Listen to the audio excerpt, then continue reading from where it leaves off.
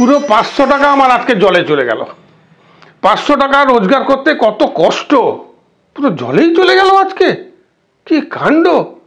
ইস, কি বিড়বিড় করছেন শঙ্কর বাবু?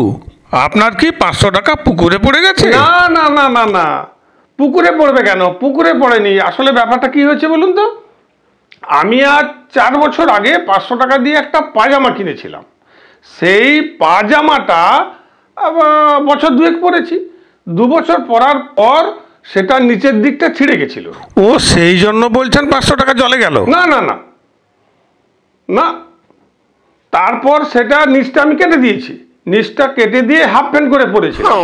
সেই হাফ প্যান্টটা ছিঁড়ে গেছে, এই তো? না না না, সেই হাফ প্যান্টটা যখন খারাপ হয়ে গেল, হাফ প্যান্টটা খারাপ হয়ে যাওয়ার পরে সেটাকে ভালো করে সুন্দর করে কেটে সাইজ করে আবার বালিশের ওয়ার করে। বুঝেছি, সেই বালিশের ওয়ারটা ফেলে দিয়েছেন, এই তো? না না না না, বালিশের ওয়ারটা ছিঁড়ে যাওয়ার পরে সেটা যখন আর কোনো কাজে লাগবে না, তখন ঘর মোছার কাজে ব্যবহার করা হয়েছে। এখন সেই ঘর মোছার ন্যাকড়াটা ফেলে দিতে হয়েছে? না না, সেটা ফেলিনি, সেটা ফেলিনি।